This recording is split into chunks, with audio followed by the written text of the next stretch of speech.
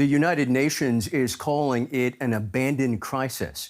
In Sudan, the war grinds on as the humanitarian disaster accelerates.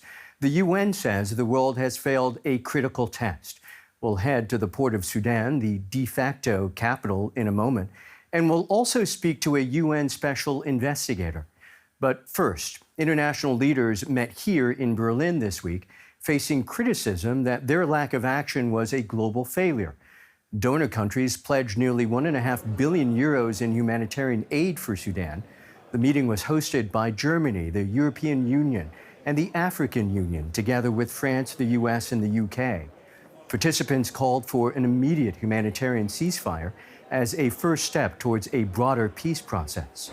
We have seen the most appalling atrocities. We have seen rape being used as a weapon of war, almost on an industrial scale. We have seen nearly 20 million people at risk of famine, 12 million people displaced from their homes.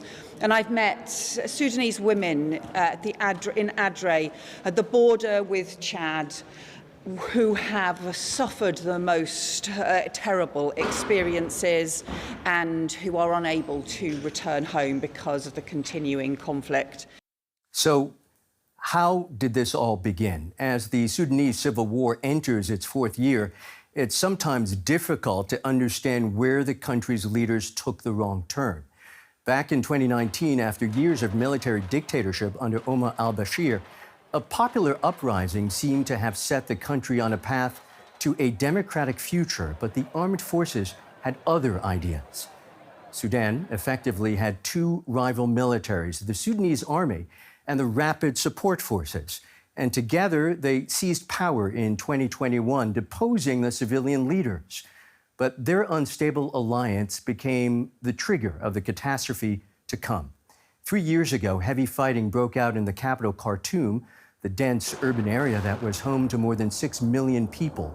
Almost 4 million of them fled the fighting.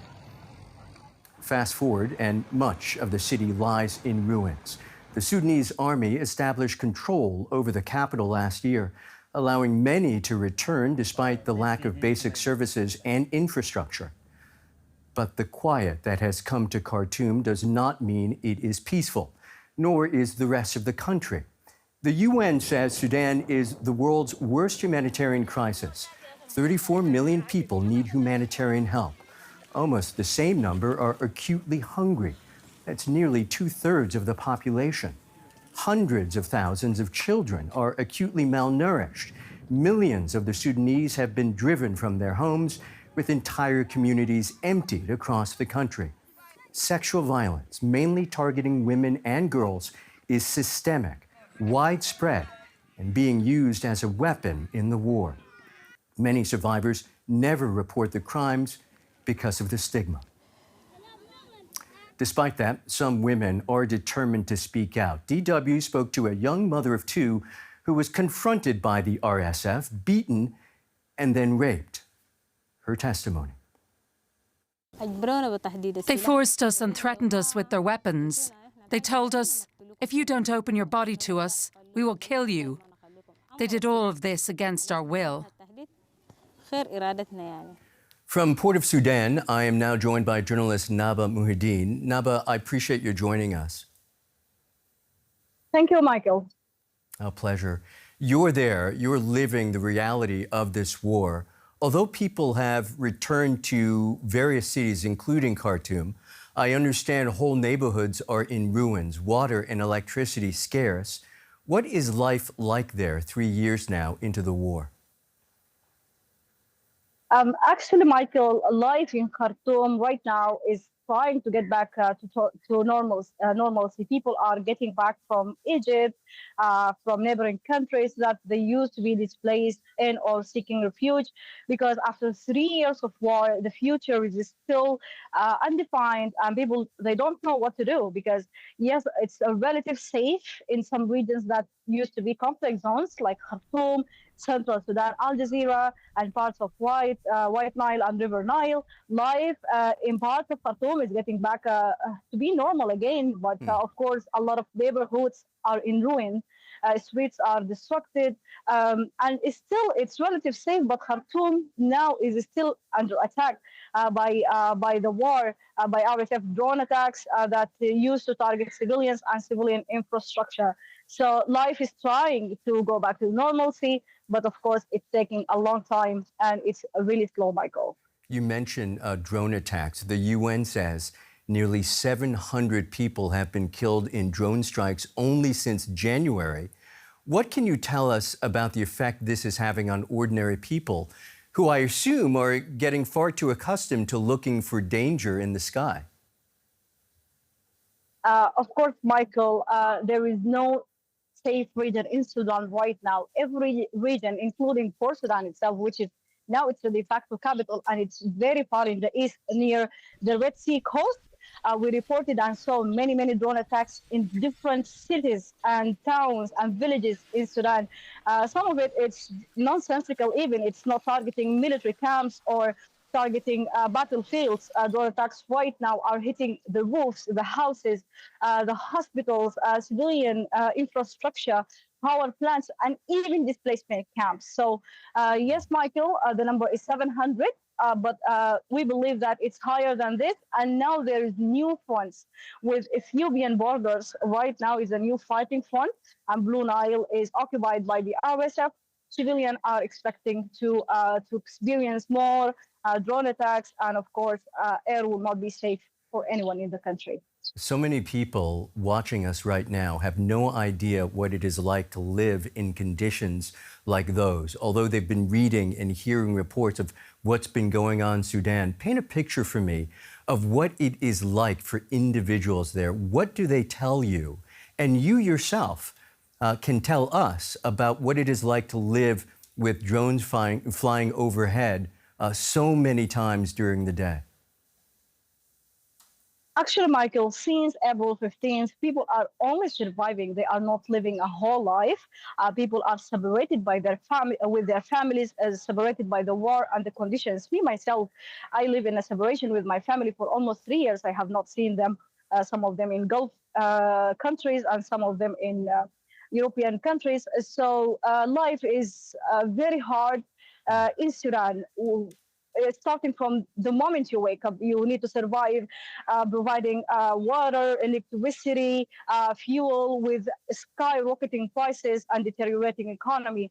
So it's not only about the security situation, but also the social issue where more than 14 million people are displaced by the war, separated from their families.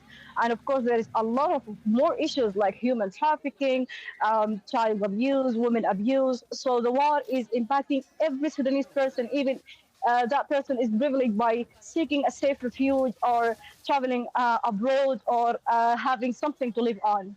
Despite that, we are privileged because right now, for a city like Port Sudan and a city like Khartoum, people at least can have some sense of life. But people in Darfur and Kurdistan and Blue Nile, they are suffering and paying the highest cost of this war. I hope you'll allow me a personal question. What has this war done to you, to your colleagues, other journalists, trying to tell this story from inside the country? Of course, Michael, this is a very important and critical question because as journalists, we have that duty of telling the truth and the story all the time. Unfortunately, the state of polarization in the country is defining people, and it's a definition of who you are supporting, which camp are you supporting. For instance, Michael, if you are saying no to war, or you are saying that people are seeking for peace, maybe you will be polarized and you will be classified as working or supporting the militia. In the same side, if you are saying anything like life getting back to normalcy in Khartoum, or people are trying to cope with the situation, the militia will classify you as a supporter for the Islamists or the old regime. So it's impacting normal people, ordinary people, people in all occupations, but of course, journalists who are now, they are targeted, they are killed, attacked, and of course, they can't talk a lot about the situation. Personally, I faced a lot of security situation where I need to not talk about some stuff, and I need to focus in other stuff. But of course, as a journalist, our duty is always to tell the truth, no matter what it takes. That's a journalist, Naba Mohideen, in Port of Sudan. Many thanks to you. Pleasure is all mine. Telling the truth requires finding out facts, and they're hard to come by in Sudan's western Darfur region. There's no governance, therefore no official figures. But it's estimated that hundreds of thousands, mostly non-Arab civilians, were killed in and around the city of Al Fasher, which fell to the Rapid Support Forces in October 2025. The UN fact-finding mission says that ethnic targeting carried out by the RSF militias bears, quote, the hallmarks of genocide. I'd like to welcome now Joy Ngozi Izelo, a law professor with expertise in international human rights, among other fields, and she's a central figure of the independent international fact-finding mission on the Sudan that reports to the United Nations. Professor Izelo, really appreciate your joining us. Thank you for inviting me, especially at this critical time when the war in Sudan has entered its 4th year.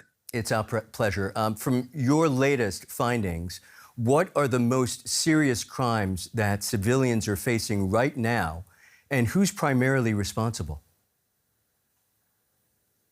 They are facing every day the deaths, killings, displacement. You know, this is one of the worst conflicts going on in the world, with at least 8.6 million people displaced.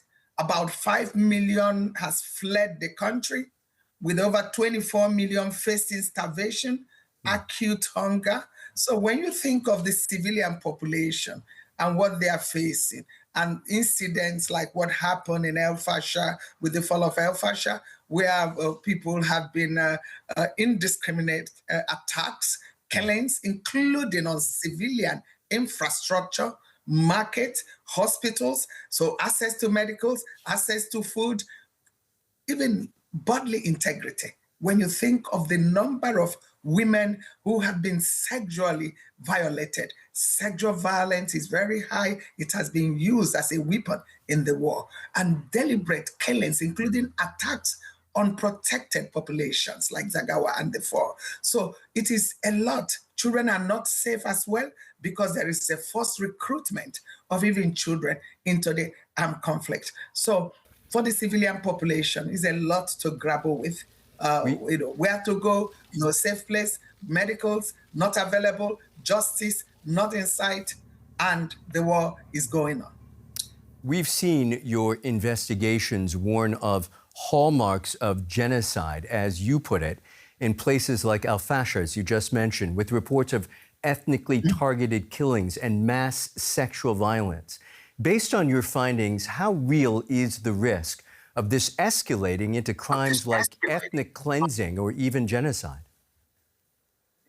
Yes, of course, this is, very clear from our own report and investigation.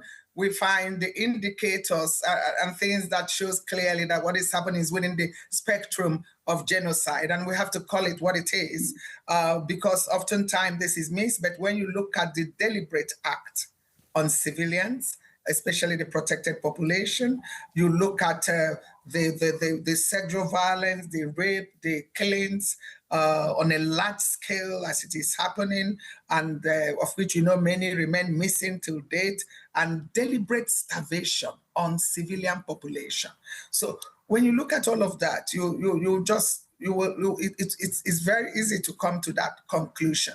And for us, we describe the findings of our investigation and legal conclusion as extermination.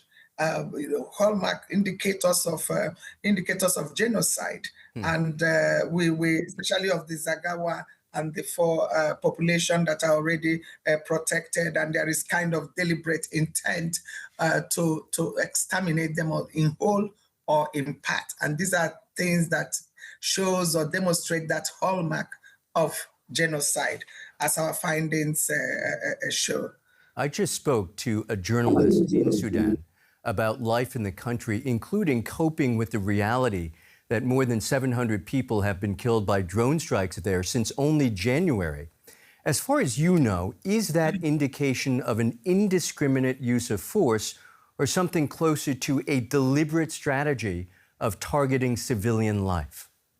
Well, yeah. Even though our report has shown that war crimes and crimes against humanity has been committed by both sides, but we've seen clearly that RSF has committed most of the war crime and crime against humanity, including being the chief perpetrator of what happened in El Fasher. But be that as it may, when it also comes to drones, both sides are using that, and actually, like you said, between I would say between January to March 15, more than 500 from reports from both within the UN. We are still investigating to verify at least 500. As far as you can tell, are they deliberately targeting civilian life, or is it just indiscriminate killing? There is no, I mean, call it whether reckless, but it's deliberate because there is no attempt to protect civilian population.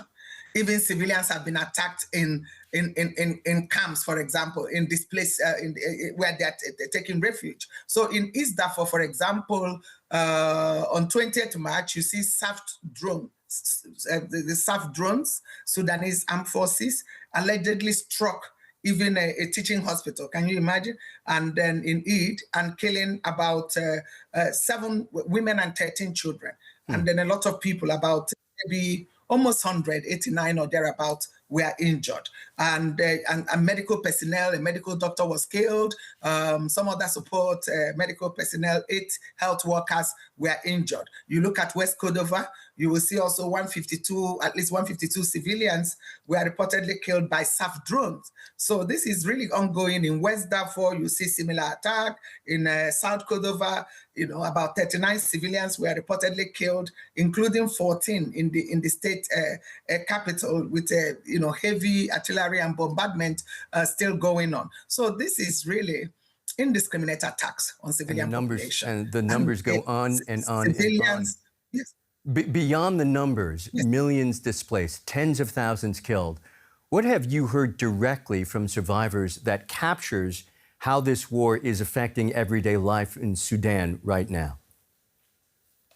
It's a war of atrocities. It's a war against civilians and Sudanese civilians. And unfortunately, this war is underreported. This war that has displaced a lot, that has killed thousands, is still not reported. Humanitarian aid is minimal. There is a lot of hindrances in deliverance of humanitarian aid. The catastrophic levels of hunger, that people are eating sand. I've had direct testimony from survivors about people feeding on animal feed. I didn't hear it on one account. Personally, I was in Gorom refugee settlement this January, following the fall of Al Fasher, after long siege by RSF, and people that have escaped from that. And I met and I spoke to a lot of survivors. I've directly engaged with survivors of sexual violence, with human rights defenders like us, with lawyers, with professionals. And I've had this as I moved out in camps in Chad, in Kenya, in Uganda. The story is the same. So there is a system. It's very systemic. It's really deliberate. And as I said, this is one of the largest displacement crises globally, yet underreported, and civilian infrastructure targeted. And there has to be a deliberate effort to protect civilians, to ensure accountability. And this is part of what our mandate is. As you know, we were created in 2023 by the UN in October. And following that, we have a clear mandate, which is to investigate and establish facts and circumstances, including root causes and violations of international humanitarian law, international human rights, and identifying perpetrators with a view to accountability. Well, let's talk about that. Let's talk about that, Joy. I mean, you're documenting potential war crimes and crimes against humanity, but who realistically is going to be held accountable? Yes, part of our work is identifying perpetrators. And also we are collaborating with institutions and other mechanisms like ICC, so which we can pass on the information to them. So accountability measures, because we are cooperating with other judicial entities like ICC. So this evidence, we have our report where we have it fully documented, some of it not made public at this stage. And then we hope that we hand it over to judicial mechanism, international, regional, and domestic accountability mechanism as relevant. At this stage, we don't think municipal or domestic accountability mechanism will suffice. We definitely need international accountability mechanism. And that's why we're advocating that ICC mandate should cover the whole of Sudan and not just Darfur, as we currently have it. You are in the thick of this process. What is your gut telling you after going through the investigations, the interviews with people, documenting all of the facts that are coming in? Do you, in your gut, believe people will in fact be held accountable? I think, I'm thinking this may be different. I know that this war has prolonged. Nobody expected that it would enter the fourth year. And it appears it's not a war that either side can win, in the field, that it has to end up in negotiating table. And that part of that negotiation will include a clear accountability mechanism. Because as we speak, there have been previously indicted people who have not been handed over to ICC. And then we have seen also in addressing or investigating the root causes of conflict in Sudan, that part of the problem is lack of accountability for previous impunity and violations of international humanitarian law and other human rights. And that's why people think they can get away with it. And if there is no accountability, there won't be durable peace. Any peace will be fragile because before you know it, one side or the other will be trying to retaliate because the justice, they haven't seen the justice. So we need that accountability. So my gut feeling, like I said, is not something like SAF is advocating that they can handle domestically. It cannot be a domestic system. It will have to be a mix of all. And then we have to explore other ways to make sure that all those who have committed this crime do not get away with it. And that is how to assuage Sudanese population have been hurt by this war. As I listen to you talk, it's clear your report is effectively a warning. Sudan is, as some are calling it, an abandoned crisis. And if the world doesn't act now, these atrocities could worsen. What specifically needs to happen to prevent that? And do you see the international community realistically making that happen? Unfortunately, international community is being diverted by a number of things. And we can see as we think that we are getting to Sudan being addressed, something will happen again and all attention will be lost. I've spoken to some students in recent time, a PG in African University, and they didn't even know what is going on in Sudan. So restoring for us, I think there is need for ceasefire, immediate ceasefire. For there to be peace in Sudan and the wider region, there must be a proposal that will deal with the cycle of violence that have haunted Sudan for decades. And this includes accountability. And when we talk of accountability, it's not an abstract legal exercise. It's about restoring dignity of victims. It's about signaling to perpetrators that the world is watching and they cannot outrun justice. For us as a mission, we've advocated, amongst others, for expansion of ICC jurisdiction, so from covering only Darfur to the whole of territory of Sudan, because they are complementary judicial mechanism to ensure that perpetrators will not say, oh, the crime was not committed in Darfur, it's somewhere else. That's Joy Ngozi Izelo. Many, many thanks to you. Thank you.